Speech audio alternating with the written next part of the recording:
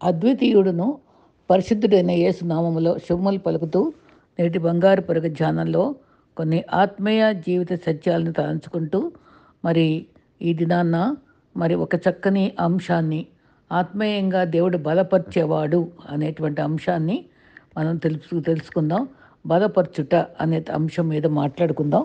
అయితే మన క్రైస్తవ జీవితంలో దయగల మాటలు, పదాలు చిన్నవి మరియు మాట్లాడ సులభము, వాటి ప్రతిధ్వనులు అంతులేనివని మదర్ తెరేసా చెప్పారు.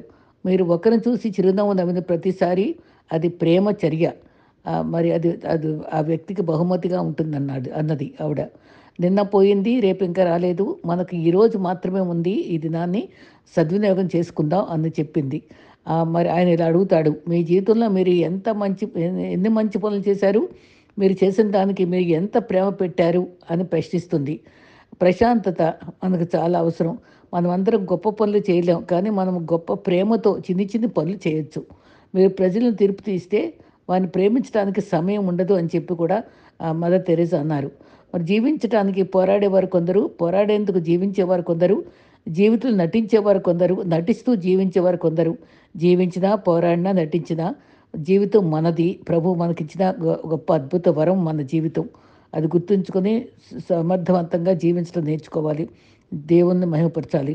జీవితం అనేది సున్నితమైంది. ఒక్కసారి మాత్రమే జీవించగలం. అది అవకాశం. ఆ అవకాశాన్ని మనం వాడుకొని మరి సరిగా జీవించాలి. ఇతరుల జీవితాలతో పోల్చుకోకూడదు. నువ్వు వారితో ఉంటే నీకంటూ సొంత జీవితం ఏముంది? నిజాయితీ అనేది ఒక వ్యక్తి తాను మలుచుకున్న గొప్ప అలవాటు. అది అందరి దగ్గర నుంచి ఆశించేది కాదు.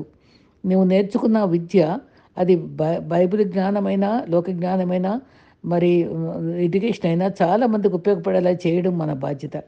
అది విద్య నేర్చుకునేటప్పుడు గతంలో తనేమి నేర్చుకోలేదని భావించి కొత్త విషయాలు నేర్చుకుంటూ ఉండాలి. బైబిలు 66 పుస్తకాలు, అది అద్భుతమైన వాగ్దానాల గని.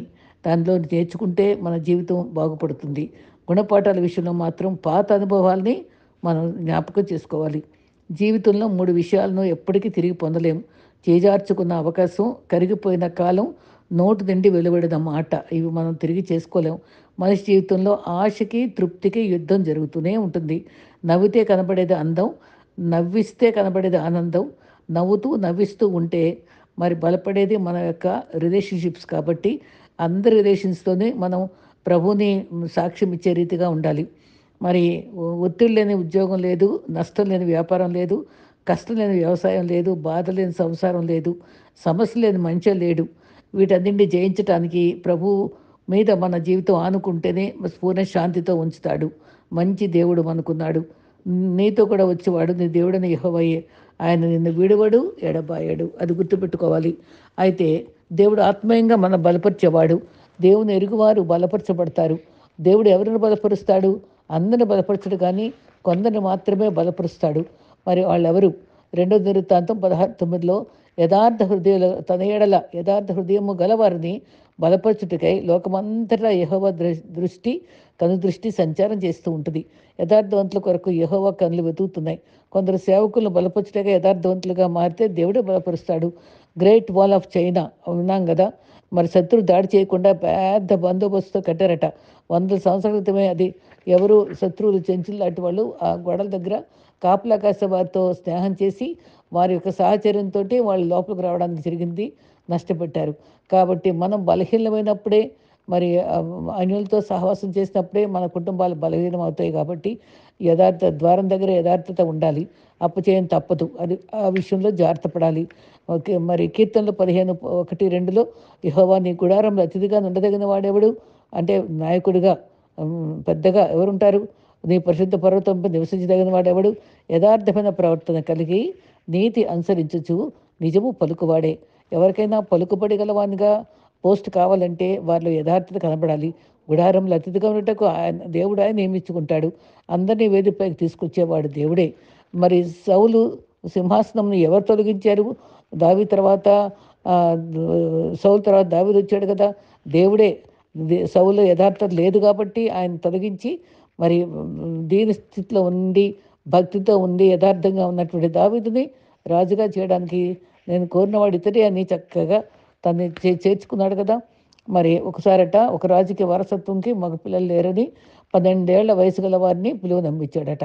ఆ ఒక పేదవాడు కూడా వాళ్ళ అమ్మ ఎళ్ళరా ఎళ్ళరా అని 12 ఏళ్ల అబ్బాయిని పంపిందంట. అందరూ రెడీగా ఉన్నారంట. అప్పుడు ఒక తొట్టిచ్చి విత్తనాలిచ్చి మీరు ఇవి గుప్పుడు విత్తనాలు 2, 3 నెలల తర్వాత దాన్ని నా దగ్గరికి తీసుకురండి. అది ఎంతవరకు మొలకెత్తిదో నేను చూసి దానికి ప్రతిఫలం ఇస్తాను. నేను ఒకడిని ఎన్నుకుంటాను అని చెప్తే 2, 3 నెలలు అయ్యేటప్పటికి వాళ్ళు విత్తనాలు వేసేటప్పటికి మరి ఆహ్, అవి మొలకెత్తాయంట. మరి చక్కగా పూలు కూడా పూసాయట. అందరూ పూలు పూసినటువంటి తొట్టులు తీసుకొచ్చి అందించారట. ఈ పేదవాడు మాత్రం ఆ తొట్టులో ఏమీ మొలవకుండా అలాగే తీసుకొచ్చారట. సిగ్గుపడి ఒక పక్కన ఉన్నారట. అప్పుడు రాజు నవ్వి మరి అందరిని ఒక పక్కకు తీసుకొచ్చి ఈ చిన్న కుర్రోడిని పిలిచి వీడే నా వారసుడు అన్నారట. అందరూ ఆశ్చర్యపడ్డారట. ఏంటంటే నేను ఆ విత్తనాలు రంగు విత్తనాలు ఇచ్చాను. అయి మొలకెత్తే విత్తనాలు కాదు. కానీ మీరు వేరే విత్తనాలు వేసి అవి మొక్కలొచ్చేటట్టుగా చేసి నన్ను తీసుకొచ్చి మోసం చేశారు. ఈ అబ్బాయి ఏమీ అది మొలకెత్తలేదని చెప్పి యథార్థంగా తీసుకొచ్చాడు కాబట్టి తనలో నిజాయితీ ఉందని తను మెచ్చుకున్నాడు. ప్రభువు మనల్ని నిజాయితీగా ఉండేవాళ్ళంగా గమనించుకొని చూసుకునే దేవుడని మనకు దీని అర్థమవుతుంది. మరి యోబు స్థితి కొంచెమైనా యథార్థవంతుడిగా, పవిత్రంగా జీవించాడు. యోసేపు కూడా యథార్థతను బట్టి దేవుని గమనించుకొని సింహాసనం ఇచ్చాడు. మనం ఎక్కడున్నా చూసేది దేవుడే. ఫోన్లు మాట్లాడుకుంటున్నా, ఏ చాటుగా పనిచేసినా, చీకట్లో ఉన్నా దేవుడు గమనించుకునే దేవుడు. యథార్థవంతులను బలపరుస్తాడు. జెకర్యా 12:5లో మరి ముందు యథార్థవంతులు బలపరిచే దేవుడని మొదటి పాయింటు. రెండో పాయింట్‌గా ఎవరిని నమ్ముట వలన బలం కలుగుతుందంటే, యెహోవా నమ్ముకొనుట వల్ల బలము కలుగును. జెకర్యా 12:5లో ఉందన్నమాట. ఆ తర్వాత మరి దావీదు సజీవుల దేశంలో ఉన్నాను, యెహోవాను నేను నమ్ముకొని ఉన్నాను అన్నాడు. ఆయన నిశ్చయంగా బలపరచుటకు ఆయన శక్తిమంతుడని చెప్పుకున్నాడు. యెహోవా మీద నమ్మకం ఉంచితే యెషయా 30:15 మీరు మరలి వచ్చి ఊరకుండటం వల్ల రక్షించబడతారు. మీరు ఊరకుండి నమ్ముట వలన బలం కలుగును. బలం పొందాలంటే యుద్ధము దేవుడు చేసి మీకు బలమిస్తాడు. మౌనంగా ఊరకనే ఉండాలి. నీ భారమంతా యెహోవాపై ఉంచాలి. 115 కీర్తన 11లో యెహోవా యందు భయభక్తి గలవారులారా యెహోవా యందు నమ్మిక ఉంచుడి మీరు బలం పొందెదరు. నమ్మిక ఉంచితే కూడా మనం బలం పొందుతాం. ఒక వ్యక్తి ఈ మూల నుంచి ఆ మూలకి తాడేసి ఆ తాడిపై నడవటం అందరూ చూసి అందరి కింద ప్రవాహం ఉంటూ ఉంటుంది. అందరూ ఆశ్చర్యపడతారు. తర్వాత మరి ఎవరైనా నేను హ్మ్, న న దట్టి నాతో పాటు నడవటానికి ఎవరన్నా వస్తారా అంటే, ఒక కుర్రవాడొచ్చి నేను వస్తా అంటాడు. తీరా ఆ అబ్బాయితోటి అది చాలా ధైర్యంగా నడుచుకొని తీసుకొస్తాడు. తను ఎవరు అంటే తన సొంత కొడుకే. తను నమ్మాడు. వేరే వాళ్ళెవరు నమ్మలేకపోయారు. తన తండ్రి కాబట్టి తను నమ్ముకున్నాడు. నమ్మిక ఉంచితే తప్పకుండా విజయాన్ని మనం పొందుకోగలం. ఆయన దేవుని యందు మనం నమ్మిక ఉంచాలి. అయితే మరి మనం భుజం మీద మోసి మనల్ని ఆదరించే దేవుడు మనకు మన పరలోకపు తండ్రి అని నమ్ముకోవాలి. దారి తప్పినను వెతికి రక్షించే దేవుడు మన భుజంపై మోస్తాడు. ఆయన మంచి కాపరి. ఆదికాండం 15:6లో అబ్రహాం యెహోవాను నమ్మాడు. ఆధారం లేనప్పుడు నమ్మాడు. అది అతనికి నీతిగా ఎంచబడింది. దేవుడినన్నాడు, నమ్మాడు. బంధువులను ఆస్తిని విడిచి రమ్మంటే ఆజ్ఞ పాటించి నమ్మాడు. నోవా ఇదివరకే చూడని సముద్రము, ఓడ అన్నీ నమ్మి ఏం చేయమంటే చేశాడు. తన కుటుంబం చక్కగా రక్షించబడింది. మనం నమ్మాలి. మన ముందుండేటువంటి అడ్డుగోడలన్నీ తొలగిస్తాడు. మొండ్ల పొరలు తొలగిస్తాడు. శత్రువుల పన్నాగాలన్నీ ఛేదిస్తాడు. రోమా 4:21లో యెహోవాను మహిమపరిచి ఆయన వాగ్దానం చేసి నెరవేర్చినని రూఢిగా నమ్మినని ఎరిగితే బలం పొందాడు. చైనా ఒక మిలిటరీలో పనిచేసేవాడికి జరిగిన కథ. ఒక ఆర్మీ ఒక కొండ మీద ఒక వ్యాన్ అక్కడ పెట్టి అక్కడ శిఖరంగా పెట్టుండి ఆ యజమాని అన్నాడట, ఒక్కడే వాళ్ళలో ఆర్మీలో ఒక్కడు ప్రభువుని నమ్ముకుంటే తనందరూ అపహసించేవాళ్ళంట యేసు ప్రభువుని నమ్మినందుకు. ఎగతాళిగా మాట్లాడేవాళ్ళట. అయితే ఆర్మీ అధికారి అన్నారంట, "నువ్వు నమ్మావు గదా! నువ్వు మరి అది వెహికల్‌ని నువ్వు డ్రైవ్ చేసుకుంటూ కిందకి నా కళ్ళ దగ్గర తీసుకొని రావాలి. కొండ కిందకి" అని చెప్పాడట. ఈ అబ్బాయికి డ్రైవింగ్ రాదట. మరి ప్రార్థన చేసుకొని ధైర్యంగా ఆ వెహికల్ పట్టుకుని, "ప్రభువా! నీవే ఈ సవాల్ని ఎదుర్కొనేటట్టుగా సహాయం చేయమని" ప్రార్థన చేసుకొని ఎంతో నేర్పరిగా డ్రైవ్ చేసుకుంటూ అది తీసుకొచ్చి కళ్ళ దగ్గర పెట్టాడట. అందరూ చప్పట్లు కొట్టి ఆశ్చర్యపడి కళ్ళనీళ్ళు పెట్టుకున్నారట. ఏంటి కళ్ళనీళ్ళు పెట్టుకున్నారంటే దాంట్లో ఇంజిన్ లేదట. ఇంజిన్ లేకుండా ఈ అబ్బాయిని అపహసించడానికి అలా చేసినందుకు ఆహ్, "నువ్వు నమ్ముకున్న దేవుడు నీకింత అద్భుతమైన దిగ్విజయం ఇచ్చి, అది డ్రైవ్ చేయడానికి శక్తి ఇచ్చి, తీసుకొచ్చి నేను అడిగినట్టుగా నువ్వు దించావు. నీ దేవుడు నువ్వు నమ్ముకున్నందుకు నువ్వు యథార్థంగా నమ్ముకుని నీ సహాయం కోరుకుని చేసినందుకు అని అందరూ ఆశ్చర్యపడి ఆ టీం అందరూ కూడా ప్రభువుని నమ్మారని అదో చరిత్ర ఉందట అది చైనాలో. నిజంగానండి ప్రభువుని నమ్ముకుంటే అసాధ్య సుసాధ్యాలు చేయగలడు. ఎంతోమంది సాక్ష్యాల్లో భయంకర వ్యాధుల్లో నుంచి ప్రభు కనబడి స్వస్థపరిచి బాగు చేసిన అనుభవాలు ఎన్నో ఉన్నాయి. మరి మాట ఇచ్చి నెరవేర్చే దేవుడు మనకున్నాడు. ఒక ఒక అమ్మాయికి దెయ్యం పట్టిందంట. అమ్మాయికి పెళ్ళయింది, పిల్లలు పుట్టారని కూడా తెలీదంట. దెయ్యం అలా మరిపించింది. తర్వాత చాలా కాలం తర్వాత దెయ్యం వదిలించేటువంటి భక్తుల ద్వారా తొలగించిన తర్వాత నాకెప్పుడు పెళ్ళయింది, నాకెప్పుడు పిల్లలున్నారని అప్పుడు కాన్షియస్‌గా ఉండి తర్వాత గ్రహించుకుందంట. తన గర్భసంచి కూడా బాగా పాడైపోయినట్టుగా హాస్పిటల్‌లో చెప్పారట. కానీ ఇది జరిగిన అనుభవం. తర్వాత మరి ప్రభు మహాదయ వల్ల తన గర్భము సరిచేయబడి మళ్ళీ ఇంకొక బిడ్డను కూడా కనుగడానికి దేవుడు సమర్థత ఇచ్చాడట. అలా అటువంటి జీవితాలను మార్చే దేవుడు మన దేవుడు. ఆయన నమ్ముకున్న వారికి సహాయకుడు. అయితే 22 కీర్తన 5లో వారు నీకు మొరపెట్టి విడుదలొందిరి, నమ్మిన వారు సిగ్గుపడరు. ఆయన మనం ప్రక్కగా నడిపించి మనం సిగ్గుపడకుండా సహాయం చేసే దేవుడు. యథార్థవంతులను బలపరుస్తాడు, నమ్మకం బలపరుస్తాడు. మరి గో ఓ ఒక కొండపైన 4 మంది ఎక్కి ఆడుకుంటూ ఉంటే అప్పుడు ఒక కుర్రవాడిని తెమ్మన్నారట. అప్పుడు తెమ్మంటే కింద పడిపోయిన దాన్ని నేను తేలేనంటే నీకు బోలెడు గిఫ్ట్ ఇస్తాము తీరా, మేము కిందకు వంగలేము, తీయలేము అని చెప్పంటే లోయలో పడిపోతే అక్కడ లోయలో పనిచేసేవాడు నాకు ఈ సన్నగా ఉండే ఒకాయన తాడు పట్టుకుంటే నేనప్పుడు దిగి నేను తెస్తాను అని చెప్తే, మేమంతా బలాల్లో ఉంటే మేము పట్టుకుంటాంగా అంటే, లేదు లేదు ఆయన్నే పట్టుకోవాలని చెప్తే, ఆ సన్నటాయన ఆ తాడు పైన పట్టుకుంటే అప్పుడు ఈయన దిగి అప్పుడు ఫోన్ తీసి ఇచ్చారట. అది తీరా చూస్తే ఆ సన్నటాయన ఎవరో కాదు, ఆయన తండ్రి. కాబట్టి మన ప్రభువు మరి బలహీనుడిగా మనుషులకి ఎంచలేని వాడు కనబడొచ్చు కానీ, ఆయన చేసేటువంటి గొప్ప కార్యాలు గొప్పవి. తన మన తండ్రి అతనికి ఏ విధంగా తండ్రి నమ్మాడో, అలాగే మనం మన తండ్రిని నమ్ముకుంటే మనకు అద్భుతాలు చేయగలడని మనం ధైర్యపడాలి. మరి ఈ దినాల్లో మణిపూర్ రాజ్యంలో భయంకరమైనటువంటి పరిస్థితులు ఉన్నప్పుడు ప్రభువు తప్పకుండా ఆ రాజ్యాన్ని క్రైస్తవ రాజ్యంగా డిక్లేర్ చేస్తాడు.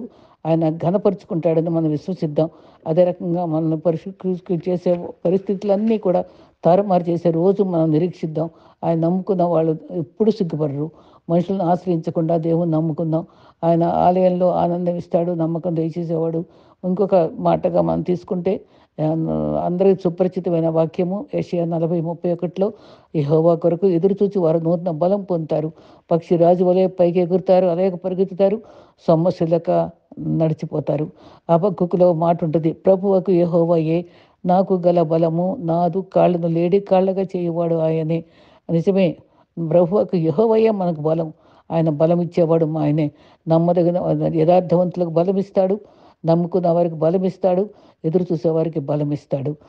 మరి ఆయన నిజంగానే ఆయన ఎలా బలమిస్తారంటే 40 ఏళ్ల తర్వాత ముక్కు బాగా వీక్ అయిపోయినప్పుడు, ఈకలన్నీ ఓల్డ్ అయిపోయినప్పుడు అది చాలా ఎత్తుగా వెళ్ళి కొండ చర్యల్లో ముక్కు బండకేసి బాదుకొని అది ఊడగొట్టుకొని ముందు ఈకలన్నీ పీక్కొని తను 5, 6 నెలలు కనిపెట్టి తిరిగి కొత్త వెంట్రుకలు, కొత్త ఈకలు, కొత్త ముక్కు వచ్చేవరకు కనిపెట్టినప్పుడు అది మొదటి యవ్వనంలో తనకొచ్చి తను ఇంకొక 40 ఇయర్స్ బతకటానికి దేవుడు శక్తి ఇస్తాడు. అదే రీతిగా మనం ఏకాంతంగా ఉన్నప్పుడు ఆయన దగ్గర కనిపెట్టినప్పుడు ఎదురు చూసినప్పుడు మనకు నూతన బలం ఇచ్చి కాపాడే దేవుడు. బలమైన పక్షిరాజు వలె మనల్ని దేవుడు మనకు బలం ఇచ్చి ఆయన కొరకు ఆయన సేవ కొరకు వాడుకోగల సమర్థుడు. తర్వాత మరి ప్రభు కృపలో మనకు అన్ని రకాల అద్భుతాలు చేసే దేవుడు. మనకి ఎన్నో రకాల అద్భుతాలు మనం గమనించుకోవచ్చు. ఆ రకంగా మరి దర్శన కాలం ముందు మనకు జరుగుతుంది. ఆలస్యమైనా దాన్ని కనిపెట్టుకోవాలి. జాగు చేయక వచ్చును. హబక్కూకు 2:3లో ఉంది. మరి మన వివాహ నిర్ణయాల్లోని, కుటుంబ నిర్ణయాల్లోని, మరి ఏ రకమైన ఉద్యోగ నిర్ణయాల్లోని, మరి బిడ్డల యొక్క ప్రగతి కోసం అన్నిటి కోసం కూడా మన ప్రభువుని ప్రార్థించి నమ్మదగిన దేవుడిని మనం ఆశ్రయిస్తే తగిన కాలంలో మనకు గుప్పులు విప్పి ప్రతి జీవి కొరక తీరుస్తాడు. అక్కడ అపోస్తలుల 4:1 మీరు యెరూషలేములో వాగ్దానం కొరకు కనిపెట్టండి. మనం ఆరోగ్యం కోసం, ఉద్యోగం కోసం, సమస్యలు మరి పరిష్కరించడం కోసం మనం కనిపెట్టి ప్రభు కొరకు నిలబడినప్పుడు ఆయన మనకి అద్భుతమైన సహాయం చేస్తాడని, ఆయన బలమిచ్చే దేవుడని మనం మొదటి భాగంగా నమ్ముకుందాం. తర్వాత బలులు అర్పించి బలపరుచుకుంటాం.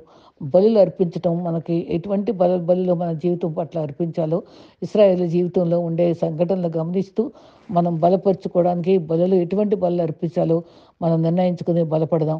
మరి సహవాసంలో బలం పొందగలం. ఇర్మియా నుంచి సేవలు ఎంతో కష్టపడి చేశాడు. అది ప్రకారం కొలచబడింది. బాబులోను వాళ్ళు చెరపట్టబడ్డారు. మరి దాదాపు బంగారము దేవాలయంలో పొదిగిన గోడల పక్క బంగారం అంతా వాళ్ళు దోచుకొని అదంతా కరగబెట్టుకొని దోపుడు సొమ్ముగా తీసుకెళ్ళిపోయారు. 70 ఏళ్ళు వీళ్ళని మనసత్వంలో ఉంచారు.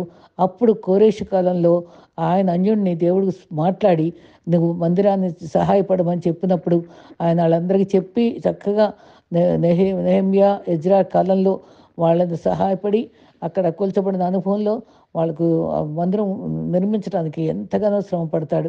కోరేష్ తోటి మాట్లాడిన దేవుడు మరి మందిరాన్ని కట్టమన్నప్పుడు ధైర్యం తెచ్చుకొని అక్కడ ప్రార్థన చేసుకుని ఎంతో ధైర్యంతో వాళ్ళిద్దరు కలిసి జెరుబ్బాబెలు కాలంలో పునర్నిర్మాణం చేశారు.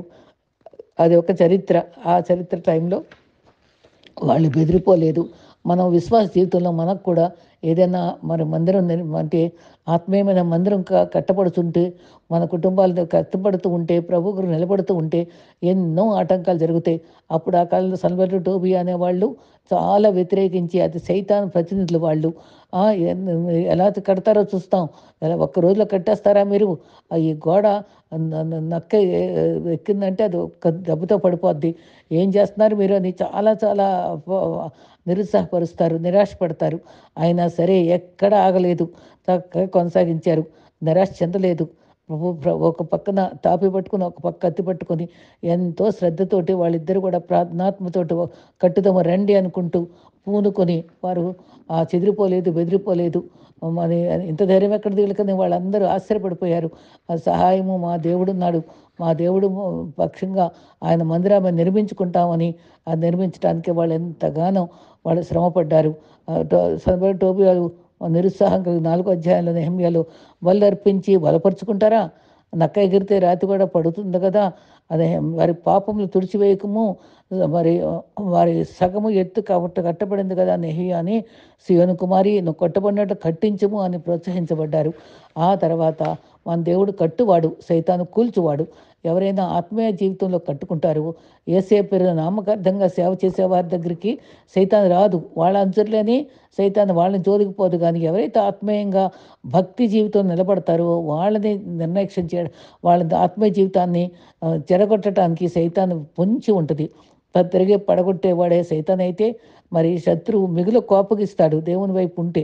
అప్పుడు మనం ఆత్మీయంగా బలపడటం దేవుడు శత్రువు రౌద్రుడై వ్యతిరేకిస్తాడు. అప్పుడు సైతాన్ కోపం తెప్పించాలంటే దైవికంగా ఎదగాలి. దేవుని సమీపంగా ప్రతిష్టగల జీవితం జీవించినప్పుడు నిర్ణయించుకున్నప్పుడు శత్రువుకి తీవ్రంగా రౌద్రం వస్తుంది. ఏ దుర్బలమైనటువంటి వారిగా శత్రువులకు దేవుని బిడ్డలు కనిపిస్తారు. కానీ దేవుడు విజేతలుగా బలవంతులగుటకు వారిని దేవుడు ఇష్టపూర్వకంగా వారిని నిలబెడతాడు, వాళ్ళని ధైర్యం ఇస్తాడు, వాళ్ళ పని కొనసాగించే కృపనిస్తాడు. మన జీవితాల్లో కూడా దేవుని కొరకు సేవ చేయదలుచుకుంటే సమస్యలు వస్తాయి.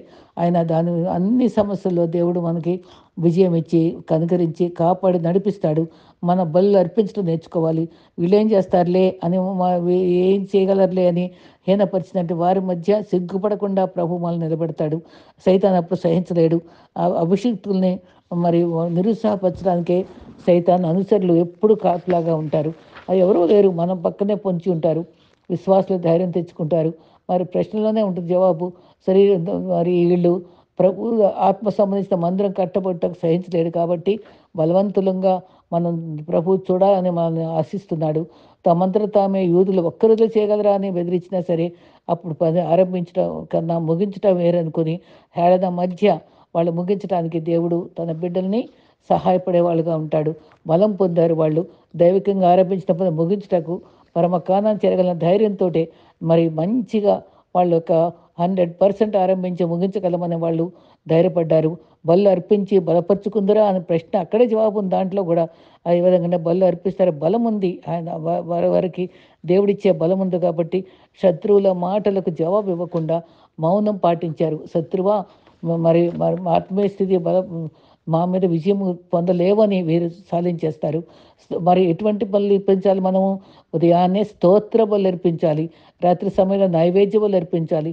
ప్రార్థన ఒక బలి, కానుకలు ఒక బలి, మనం సహవాసం ఒక బలి. ఆయనకి ఏం చేసినా అది ఇంపైన బలిగా ఉండాలి.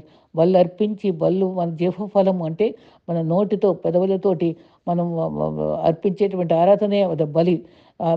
బలి ఎడ్లకు బదులు మా పెదవులతో స్తుతిస్తాం, అదొక బలి. ఆ బలముతోటి తమ దేవుని ఎరుగువారు బలమైన కార్యాలు చేస్తారని చెప్పాడు శక్తి పొంది. అబ్రహాం వంటి పితరులు బలులు అర్పిస్తూనే ఉన్నారు. అబ్రహాంతో కలిసి జీవించిన లోతు ఒక్క బలన్నా ఇవ్వలేదండి. అందుకనే వాళ్ళు భార్య భ్రష్టురాలు అయిపోయింది, వాళ్ళ కుటుంబం పతనం అయిపోయింది. అందుకనే బలి కుటుంబానికి చాలా బలము. అది ఆ బలి ఎటువంటిది?